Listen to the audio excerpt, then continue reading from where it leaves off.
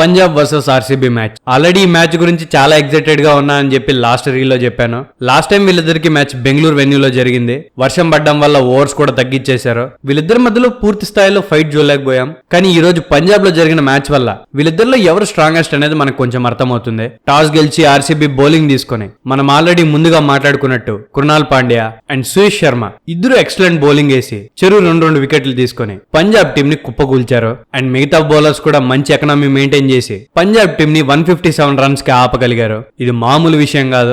ఆ తర్వాత బ్యాటింగ్ వచ్చిన ఆర్సీబీ టీం చేస్ చేయడానికి పెద్దగా కష్టపడలేదు. ఎందుకంటే అది చాలా చిన్న స్కోర్ కాబట్టి. ఎప్పట్లాగే కింగ్ ఆర్సీబీకి డ్యూటీ చేశాడు. 54 బాల్స్ కి 73 రన్స్ కొట్టాడు. దీనికి దేవదత్ పడిక్కల్ కూడా యాడ్ అయి 35 బాల్స్ కి 61 రన్స్ కొట్టడంతో పంజాబ్ కొట్టిన స్కోర్ ని ఒక ఓవర్ మిగలబెట్టి మరీ చేస్ చేశారు.